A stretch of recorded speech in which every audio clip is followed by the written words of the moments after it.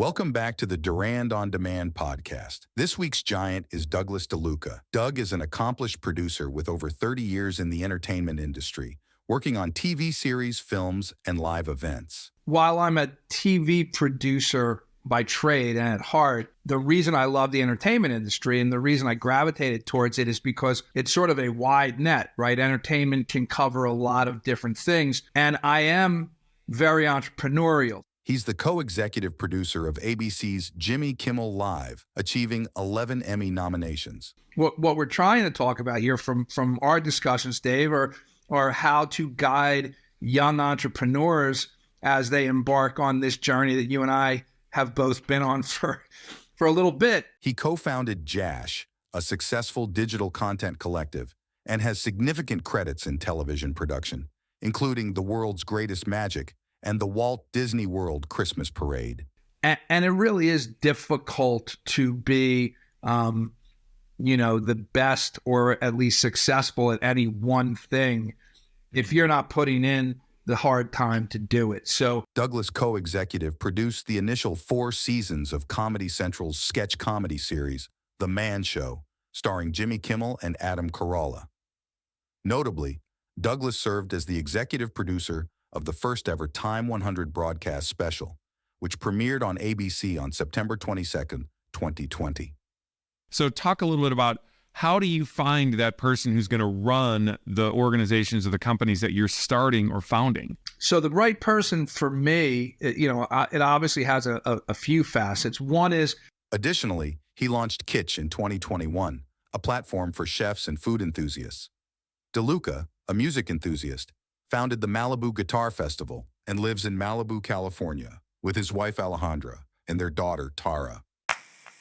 I refuse to stay in a victim mentality. I gotta stand and fight for my honor and my family. That's how I did it, cause that's how it had to be. So now I'm slaying dragons and I do it happily. I told him I refuse to be another casualty. I looked inside the dragon's eyes and then I told him casually, hi, I'm a dragon slayer and I got a dragon lair. I'ma go and slay a dragon, then I'm gonna dragon there. I don't care, I ain't scared. Look inside my heart and there's a lion there. Conquering my dragons, I ain't fighting fair. It's good to be with you, Doug. First of all, let me just say this. Is there anything other than on your intro that you think makes sense, knowing our audience, generally entrepreneurs, people who are leaders, executives? What else should they know about you? Well, look, I mean, while I'm a TV producer by trade and at heart, the reason I love the entertainment industry and the reason I gravitated towards it is because it's sort of a wide net, right? Entertainment can cover a lot of different things. And I am very entrepreneurial. So over the years, I mean, my bio has some things in there and then some things are not in there. But over the years, I've started many, many different endeavors, right? So they talk about my MMA league, Elite XC, which I did with Showtime and CBS. They talk about, the bio talks about my comedy network with Sarah Silverman and Michael Cera and Tim and Eric and Reggie Watts called Jash. I launched a food platform, which I'm a big foodie. I love to eat. I love to cook, called Kitsch, right? Which is a live stream platform for chefs and food influencers and culinary content creators, right? I'm losing my words. It's still a little early in LA, but not super. And my boxing league, right? I launched a boxing channel called Pro Box TV. So anyway, I think what we're trying to talk about here from our discussions, Dave, are how to guide young entrepreneurs as they embark on this journey that you and I have both been on for a little bit, and how to help them. So anyway, so that's it. We'll probably, other things will come out, I'm sure, in the conversation. And there's gonna be a lot of questions as we go through this. I want to start this way though, because when I met you, I remember hearing a theme, and this is something that everybody would say. They would, when people would talk about Doug Deluca, he's just this big guy. He's got a big personality. He's got a big physical presence as well too. He's got a big heart, and he's the kind of guy who, he understands friendship and relationships. And you, of course, have one heck of a Rolodex, that's for sure. But here's the thing, and I think where I'm going with this. So when you meet Doug Deluca, there's a list you want to be on. You can be a guy that Doug knows, where I'm going. You can be a friend, you can be a dear friend, but where you really want to be is I have a dear friend. The Doug Deluca dear friend. That's a category that you work toward. But it's kind of a way of just saying though that you are a loyal friend. You have a lot of relationships in business, and I've seen you firsthand in a partnership that we actually put together, where there were a couple of people who were early in our organization who had behaviors that were not becoming, let's say, and for good reason we let them go. But I remember too, you saying, listen, I want to do something for these guys anyway. They put some effort toward this, and while their exit was justified, let's just do right by them anyway. And that taught me a lot about who you were, in that we could have easily not, but you understand justice and the forms of justice in the workplace. I thought that was impressive. So I wanted to put that out there because that's a bit of our history. I don't know if you have any comments on the dear friend list that Doug did. Well, look, I mean, I think that's something I've formulated in my brain. Because and it's funny. I'll tell you an anecdote. It drives my wife nuts that I can meet somebody and then the next day I'm like, my friend so-and-so, right? And she's like, he is not your friend. You just had him. Like, how is that your friend? And I say, listen, I think of everybody as friends. I like generosity of spirit. I'm Italian. The more, the merrier. It's like, so yeah. I can call someone a friend very quickly.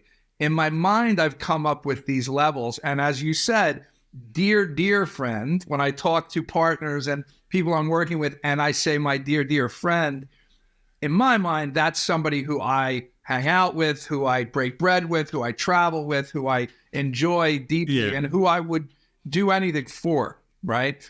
A friend I would do a lot for, but they're not in the family category. You know what I mean? Yeah, right. You got to be there. Well, I think, that says a lot though. Even though I'm we're quipping and smiling about this, it does say a lot, because a lot of people know how to build friendships right away, and then others just stay cold and passive and kind of distance themselves. But when you do that, there is absolutely something about your presence that establishes a certain amount of loyalty that people want to have, and I think it's because they reciprocate. I had one of our guests on recently. We were talking about trust, and the key to trusting is to trust first. Somebody's got to do it. And when you trust first, the other person says, well, they obviously have good judgment. They trusted me, so I trust them, And you pull that off well. It's funny you say that. We have, my wife and I have one child, a daughter. She's 17. And it's funny, you can learn so much from kids. And every time I am, a little distrusting of someone, or I question like this, that, and then I'm just being cautious for my family or my daughter, whatever, she'll yell at me. She'll be like, you are so distrusting. Why do you not have faith in people? You need to have faith in people. And you know what?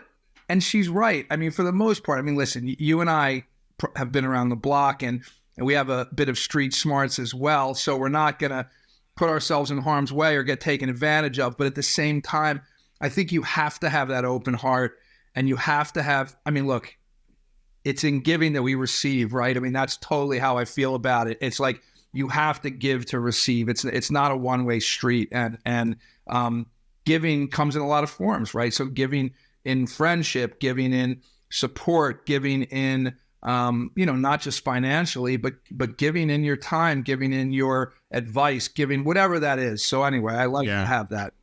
Those things matter. And by the way, not incidentally, as a father myself, there is a little bit of a different guard that we put up when we don't. You're around my daughter, I don't trust you. It's going to take you a little while to earn that trust. 100%. Eyes are wide open for sure. Wide open. Yeah. My daughters used to talk about how some of their boyfriends are a little intimidated. Good. You're going to return her in the same shape that she went out? It's funny. When I had my MMA league, Pro Elite, my daughter was just born. So I birthed a business, and my wife and I, obviously my wife did, birthed a daughter at the same exact time. And it's funny. So one of our fighters was, I don't know if you remember the backyard brawler, Kimbo Slice? Sure. Looked like Mr. T. He would, and and God rest his soul. And Nico's nodding over there too, by the way. God rest his soul, because he was a nice guy, and he had a heart attack and died a few years back.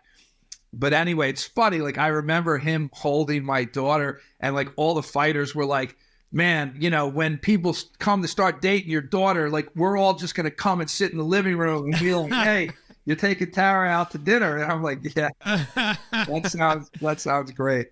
Yeah. There is a movie, New in Town, with, what's his name?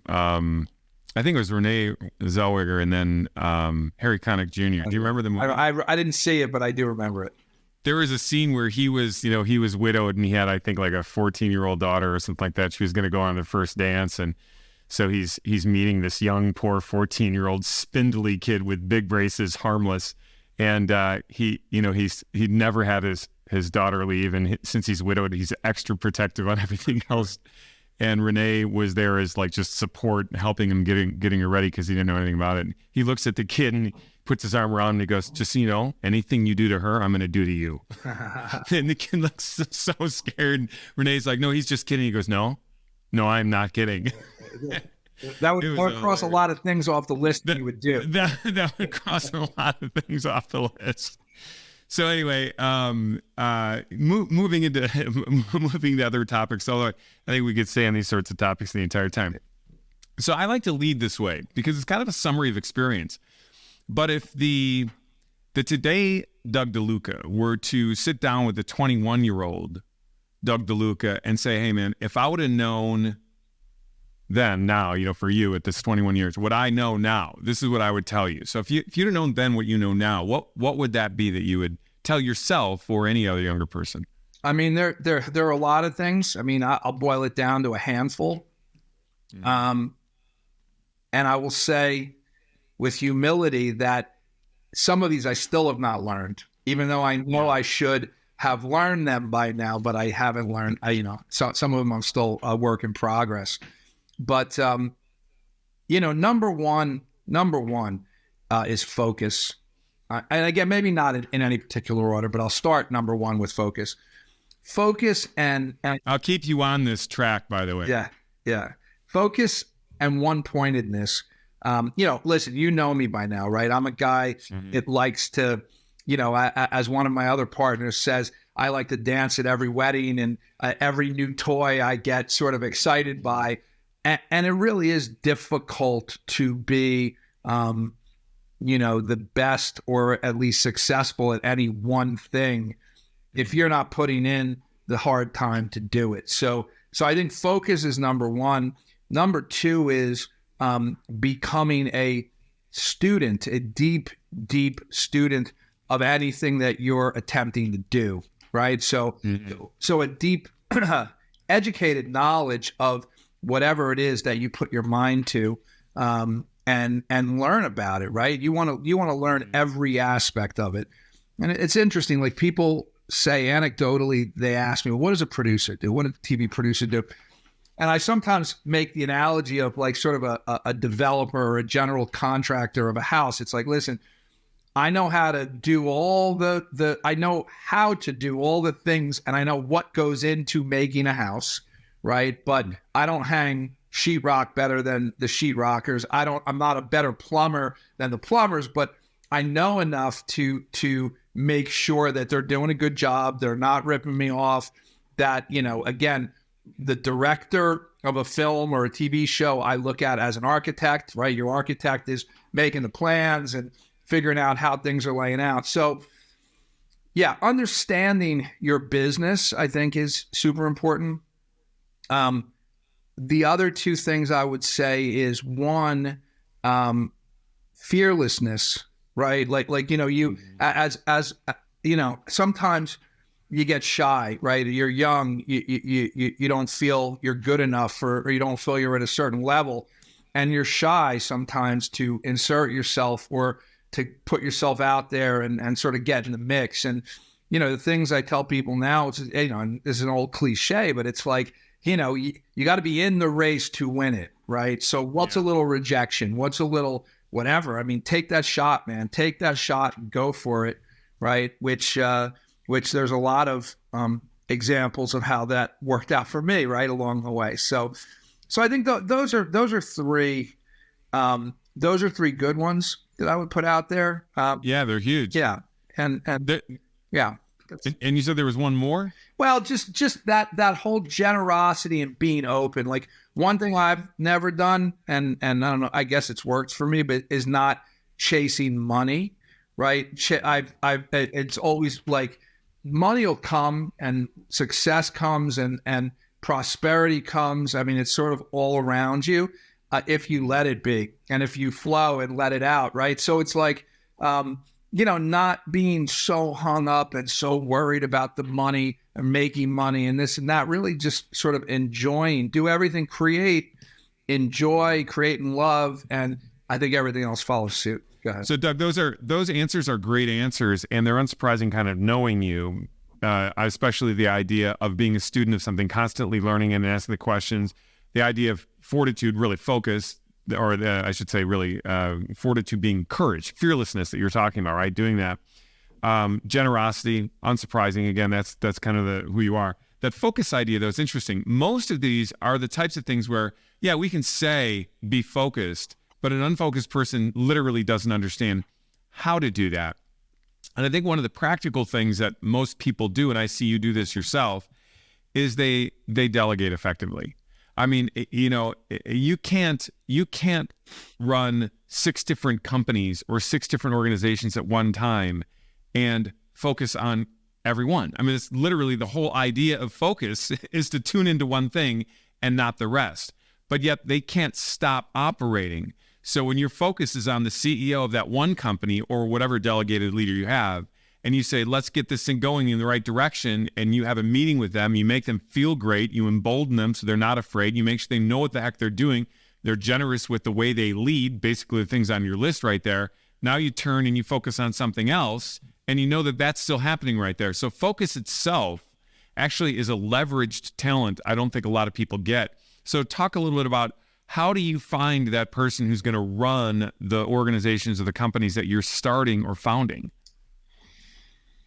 It's a great question and a great quandary. And of all the things that I listed for you, the 4 things that I listed, focus is probably the one that I'm still a work in progress on. It's tough, man. If you're, if you have an appetite to be a multitasker, which I do, which I don't think is necessarily bad, but I definitely have to learn how to be, and had to over the years, learn to be more discerning, right? And sort of pare that down. And to your point about, how you find the right person, it's like, so pare it. So let me start from where I was saying. So it's about paring the things down, right? You can multitask, but you pare down to the priorities, right? So that's figuring out your priorities. And there's a business coach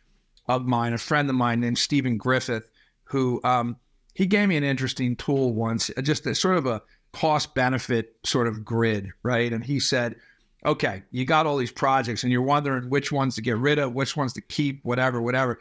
So he said, down the vertical axis, list the projects. He said, across the top, list every potential benefit or aspect of that project, right? Like, will it bring you money? How quick will it bring you money? Will it bring you gratification? How will it affect your family life? As much of the things as you can, will it bring you money and gratification now, short term, or way in the future, in years, right? All that kind of stuff. But put it in a way that you can put a numerical value to it, 1 to 5, 1 being the least, 5 being the best, and do it across the board, and then tally it up. And with that tally, it becomes really clear, like, which projects you might like a lot, but are just going to be a waste of your time, right? And you can kind of cut them off your thing. So, so narrow it down to the priorities, and then put the right people in place, and then delegate. So the right person for me, it obviously has a few facets. One is they have to be winners themselves, and they have to be passionate, smart, and really all in, right? Because if you're not all in, meaning, you're sort of overseeing it from a high level, you need somebody who's minding the shop, who's all in, right? I don't think any business, many of my businesses in the past that I was supposed to be, the lead, the CEO of, did not succeed because I wasn't all in, right? So I'm clear, like, there's no way for a startup to be successful if the buck stops here person is not all in, right? So that's a huge thing. I mean, having that all in, I'm just hesitant. I'm just stopping, noting, underlining, and reiterating this for anybody listening right now, because they do that. They think that they can take their own self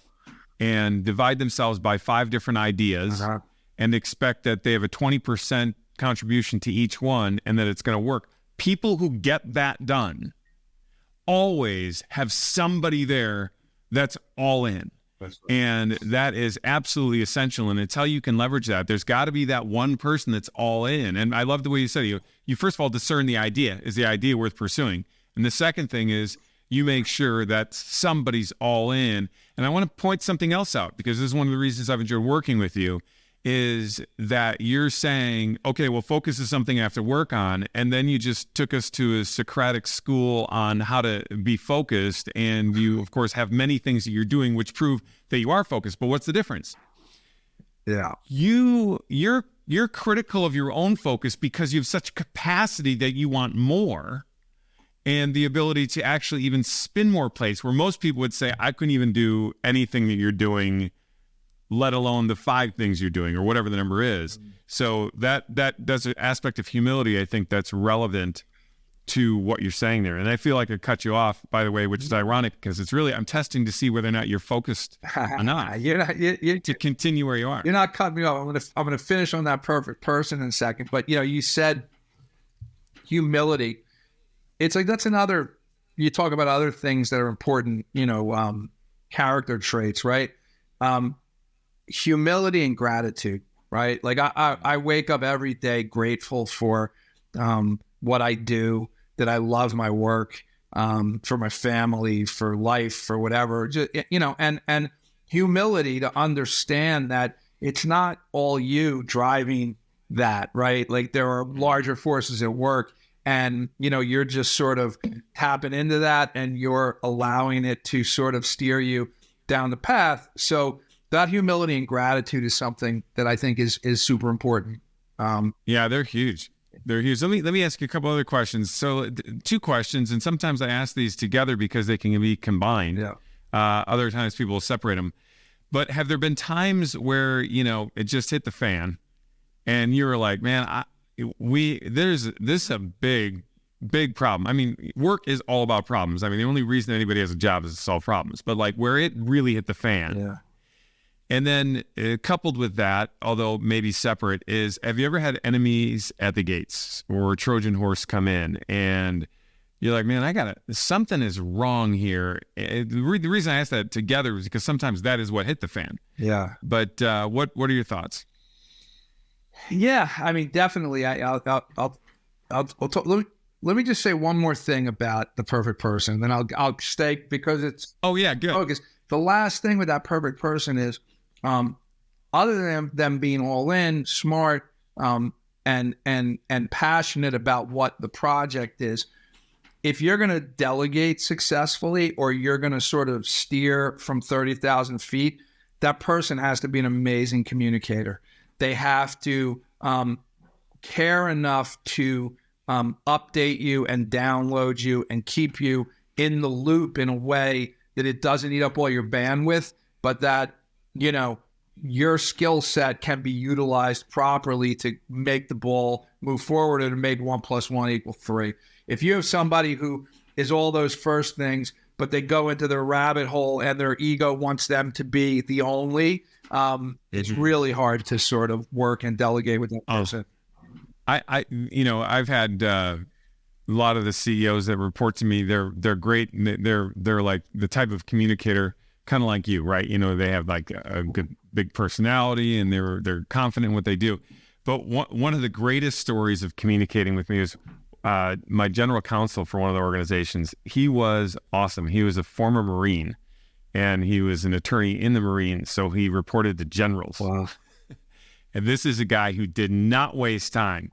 If he came into my office, he gave it to me in like 3 words, and it was succinct, it was understandable, highly competent, and he was gone. And I said, "Hey, how was your day?" He had no time for that, right? He would make time for it, but he said, "I just have to tell you my history," and do you remember the scene from A Few Good Men when, what's her name? Demi Moore? Demi Moore is, saying, they say, "Can you go step outside for a second?" And she goes, "I'm fine here." And they go, "Please step outside so we can talk behind your back."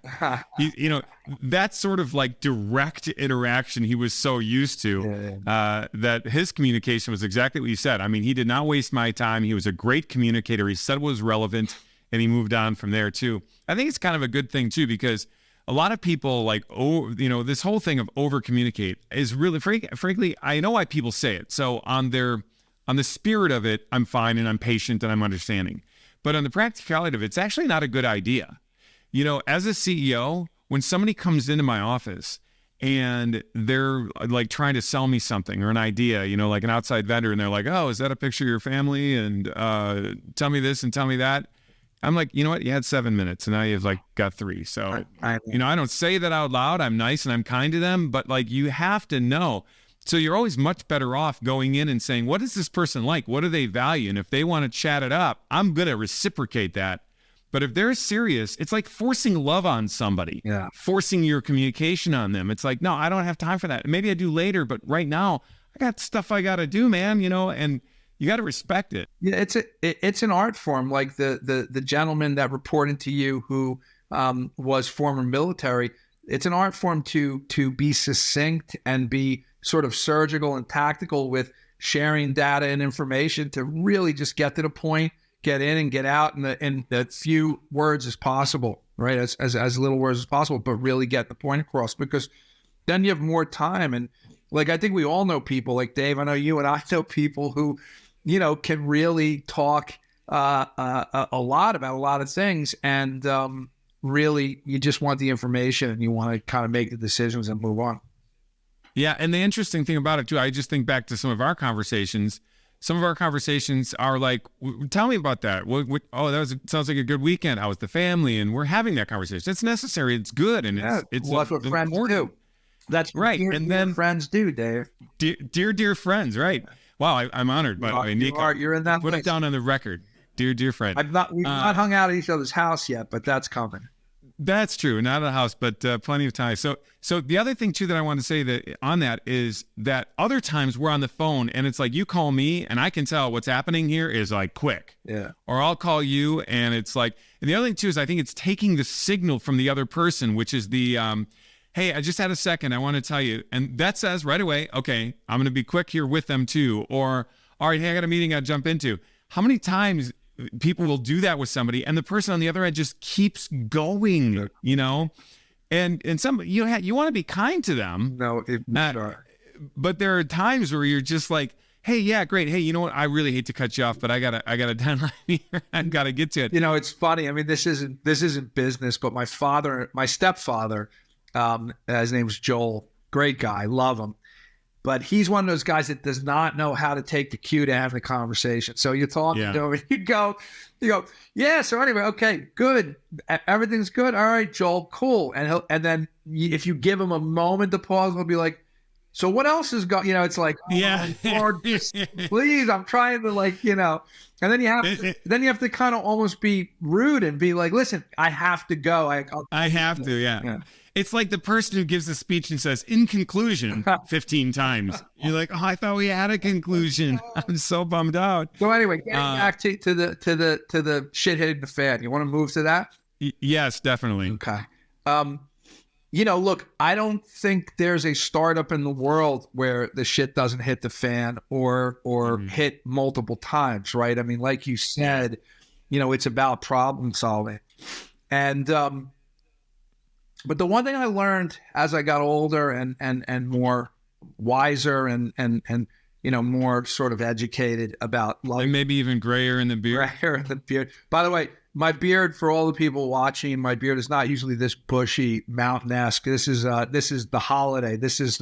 I was just skiing and I was keeping this, and I haven't shaved yet. But this is Grizzly Deluca. Grizzly Deluca, right? But the one thing I figured out over time is, not to react immediately to the shit hitting the fan. And it's hard. It's hard not to react. And it's hard. And sometimes the shit hits the fan and it punches you in the stomach and it knocks the wind out of you and it wants to take you down. The pendulum in life swings all the time. And like, I think it's our job not to let it, that's what manic depression is, right? It's like our job's not to let the pendulum swing us too much one way or too much the other way. Just stay in the middle and sort of watch the pendulum swing. But I think, not to react, right? Because it's like, when I'm younger, I'd lose my temper. I'd get hit in the stomach. I'd be depressed. I'd be worried and stressing out, whatever. Now it's like when something goes down, those emotions still knock at the door and still scratch on the surface. But I have enough knowledge and wisdom to go, you know what? If I just take a breath and let this sit for a day or two or however much time I have, there's always a solution and it's going to present itself. And if you're stressed and you're angry and you're all those things, you're cutting off sort of that flow and you're not thinking clearly, right? Yeah. Whenever you're sad, you're not thinking clearly. So to the extent now that I can sort of step back, deal with those emotions, because you're going to be sad, you're going to be depressed, you're going to be angry, you're going to be those things, but not letting them get the best of you and not letting them control you. And guarantee, because 10 out of 10 times when that stuff happened, it was like later down the road, day, 2 days, whatever, a solution popped up. It was like, oh my God. And I would say 9 times out of 10, because not always, that solution ended up being a better scenario than you were on anyway, the track you were on anyway. So anyway, I don't know. I remember, I can relate to that totally. And there's something about just getting a little longer in the tooth that makes that a real thing. Like there's just no doubt about it. I can remember being around some young guys in business, young men and women, and something's happening and there's all sorts of panic and they're looking over at me. And I'm reminded of 2 different anecdotes on this. When my kids were young, they're all adults and out of the house now, but when they were young, they're toddlers and they bump their head on a table, they look up at you. And if you're like, they start crying. But if you're like, hey, buddy, and then they just kind of laugh it off and move, and you can kind of help guide them. How bad is it? Yeah. But in business, they would look at me and they're like, you don't seem worried. And I'm like, I'm not. And the other anecdote is, you remember when George Foreman was 50 years old and he was the undisputed heavyweight champion of the world again? I do indeed. That was his life, but for some reason, that was one of the greatest times in my life watching that. That guy was like, he wasn't even George Foreman, or he wasn't the Foreman Grill Foreman at that point. He was still the KFC George Foreman. I just remember that guy was like, he was still just huge, and he's fighting guys half his age, and he's like, got a piece of chicken in his hand. He's just every once in a while throwing a punch and just calm like you wouldn't believe. And having been a fighter myself, I remember my early days versus experienced days. In the early days, I'd be fighting somebody and I have such anxiety that even if I was more talented than them, the anxiety would tire you out. And then I got experience and I'd fight somebody that was clearly physically better than me, but I would just be so calm when I was fighting him and I'd watch their anxiety and then I'd just wait my turn and boom. What? And as you know, without getting into science, anxiety produces cortisol and cortisol drains you. And absolutely, man. When I was a wrestler and when I'd wrestle, like the more stressed and I'd go out, I'd be tired, right? As opposed to just being in the zone. Like athletes can be in the zone, business people can be in the zone. I mean, when you get in that zone where it's like things are almost moving in slow motion a bit because you see it so clearly that you can make the right decisions, As a pilot, if you were in an airplane and all you thought about was every way you could die, you would not ever get in the airplane because there's just a million opportunities like that. For sure. You have to just sit, you focus on what you do. And there have been a couple of times flying where there was something that happened. I mean, one time I had this thing called runaway trim, which is a pretty serious thing. And I just remember all the training kicked in, and you simply just get the bird on the ground and you're fine. And you have to just think it through. And that happens just only through repetition and experience.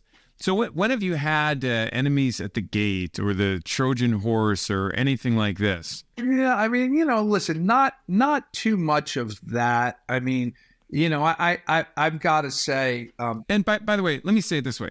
It doesn't I don't necessarily mean it in that you had like some sort of like honeypot or some actual spy come into your organization trying to take you down. Sometimes it's a competitor that's a little nefarious, or it's like, somebody who isn't necessarily seeing themselves as an enemy, but they're distraught and they're angry now. And so they're saying, well, I'm going to quit and I'm taking you down with me, or something like that. In most of my businesses and things I've done, most of the challenges were not from people, being underhanded or nefarious or any of that. It was just from the business itself, right? Trying to find a product market fit, or trying to find an audience, or trying to create, something that's fantastic. The fight. I want to pause there because this is not an insignificant point. Yeah. See, I think the reason for that is because you start with people being a friend. Yeah. And you give it. Well, I think so. I don't think this is not an accident. And then you lead to those deeper relationships, because when you're with somebody, and I've learned this myself too, that there's that likability factor matters. And when you establish, friendships with people, they can see the world very differently than you. And you can see the world very differently, politically, religiously, familial, whatever it happens to be. But yet you can work together in a way that produces some goodness, because you see the person more than you see those things. So therefore, if there is a difference, and then somebody has a difference of opinion with Doug Deluca, they say, I'll move on, or I'm going to be loyal anyway. That carries a lot of weight. I mean, it's not an insignificant thing. So kudos to you, because I believe that the reason that your answer is not to jump on all sorts of historical bad guys, is to say, that's not really it for me. It's other places. Well, and I would be willing to bet that there were some people that were like that in mild ways that other people would have blown up about, and you just look past it. Well, there may be some of that.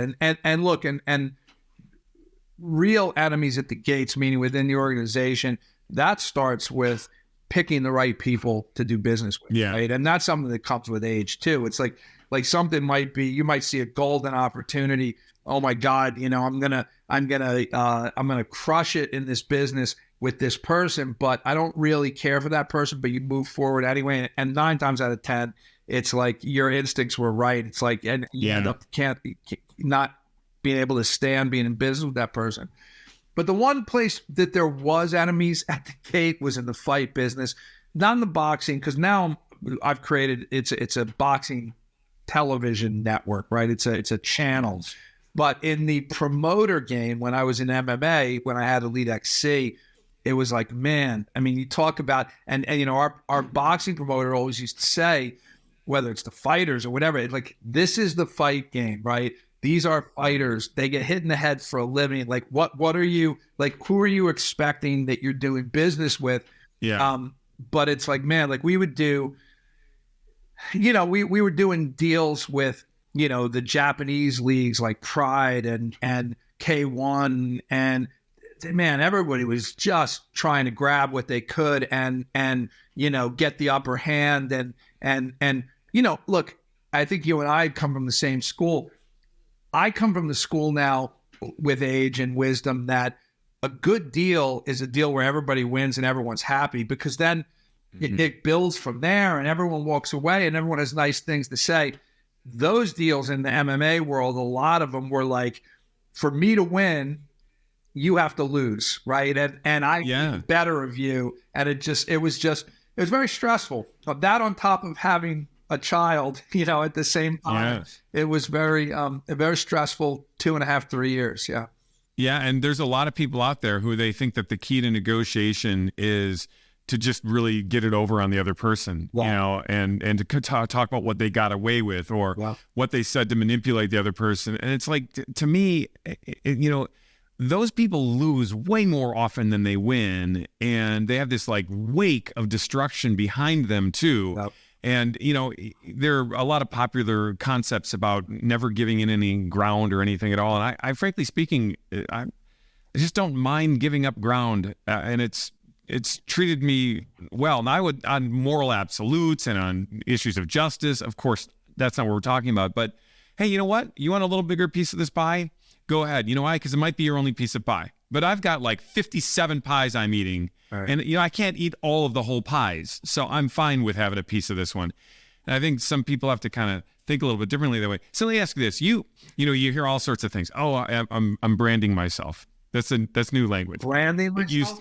Yeah, it used to be that you would protect your name, you know, you would value your name, but now people brand themselves. And there is a Deluca brand there, whether you've intentionally branded yourself or not. But let me ask you this. By the way. No, you have not. But it's just you. It's just like you. Some people like be true to yourself. You know, that's another one. Well, you know, it's to be true to yourself, but it's to like be yourself, right? Yeah.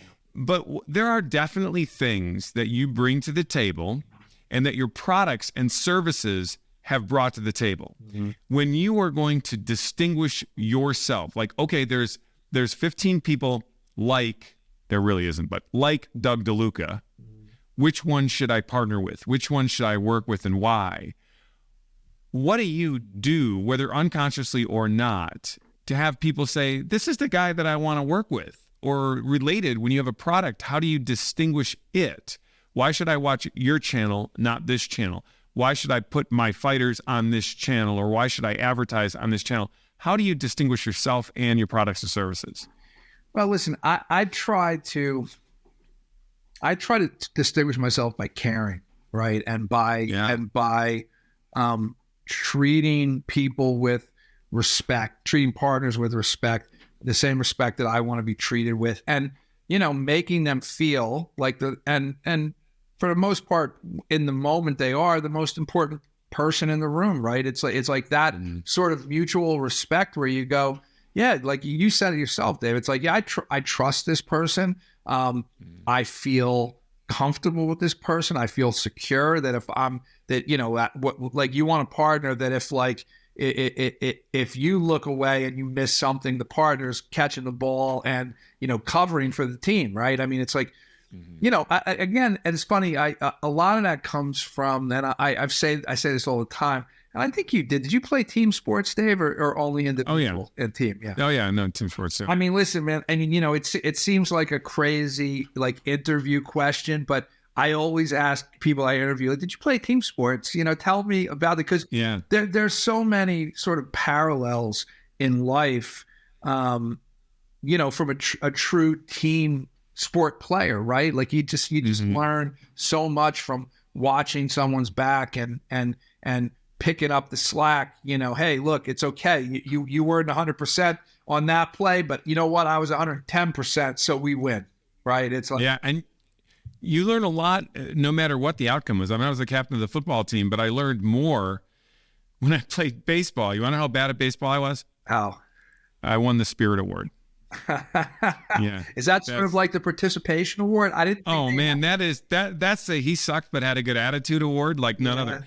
I was so bad at baseball that one time I really played baseball growing up, but when I was in high school, I played football and basketball, and all my friends were going to play baseball. I was like, well, I'm joining the baseball team, you know, but I mean, I couldn't throw. I threw like a girl, no insult to all girls out there. Yeah.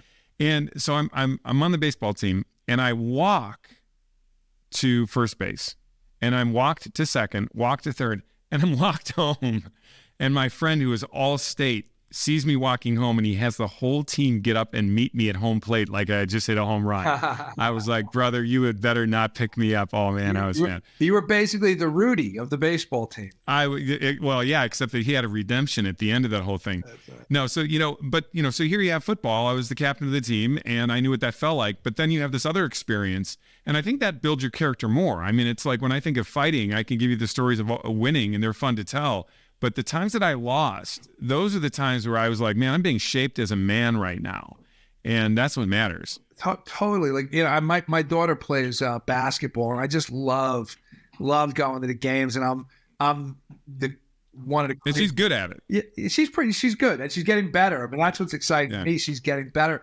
But I try to tell these kids all the time, like her and her teammates, and listen, just go have fun. Just play the game. Just play the game. Play your heart out. Like, they'll lose a game and they'll be bummed. They'll come off, and I'm like, you know what? That was a great game. Like, it's like, who cares? Yeah. It's a game. It's over. But you played an amazing game, and it was, sure, it would have been great. You fought so hard. It would have been great if you won, but you learn so much more, man. And it builds your character. You can't just always win and then not know what it feels like to lose. Yeah, and I've seen people who literally valedictorian, all conference, everything, win. They go into college and they get all sorts of accolades, and they've never lost. And now they're in this world that's way bigger than the world of local sports and local education. And, nobody gives you an award when you're an entrepreneur for starting a company. I mean, you've got to make that thing go. Yep. And if you're not used to losing, just like you said, kind of when I said, hey, what would you say to the younger Doug Deluca? And you said courage and follow through, and focus. It's hard to have focus. It's like Mike Tyson. Everybody has a plan to get punched in the face. And that's like such a reality. Greatest quote might be the greatest quote of all time, but one of them. I come back to it. I always come back to it, because especially when you see a guy like Mike Tyson say something that is literally like so Aristotelian, you're like, that's so good. It really is. It really is. But yeah, it's like you said, like, every start, like, in the beginning when I started things and sometimes they didn't work, again, you get so bummed out, and it's like, whatever. And now it's like, to me, it's like starting, listen, you want everything to be a success, but the fact that you tried, that you got up to bat, that you accomplished many, many things. Okay, maybe this product market fit didn't work out, or maybe, whatever. But you know what, man? Like, you accomplished so much more in doing what you did than people that are sitting home doing nothing, right? So it's like, never stop trying. And it's like, you gotta learn.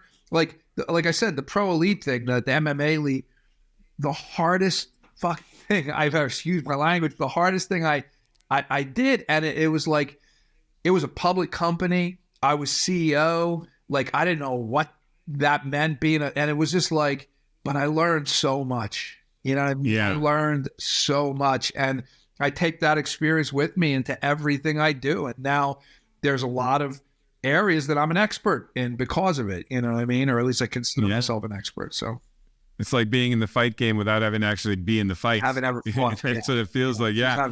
So we are coming toward the end. The one of the last questions I like to ask people too is, keys to longevity. I mean, you've been at this for a while. I know that if you look back, you would say, hey, there was somebody that started their career about when I did, and they didn't have the longevity. And, you probably spend no time on this, thinking about this, because you're too focused on doing your own thing. But if you step back and you say, what might be the difference between some of those people, without using names, that didn't make it as far, and they're not moving like you are forward, what are those keys to longevity? I mean, I don't know. There's probably a lot of them, but the one thing that I believe in is enthusiasm and curiosity, like almost boyish enthusiasm and curiosity for new things, to always be learning and learning more. And it's like, listen, I'm 57 now, and which is a young man by many accounts, and it's an older man by many other accounts. But I see a lot of people getting in their 40s and 50s that are just like, they don't love what they do. They're tired. Like me, it's like, I'm excited by everything. Like, I'm excited by this new thing, and I'll meet people and I'll ask them questions.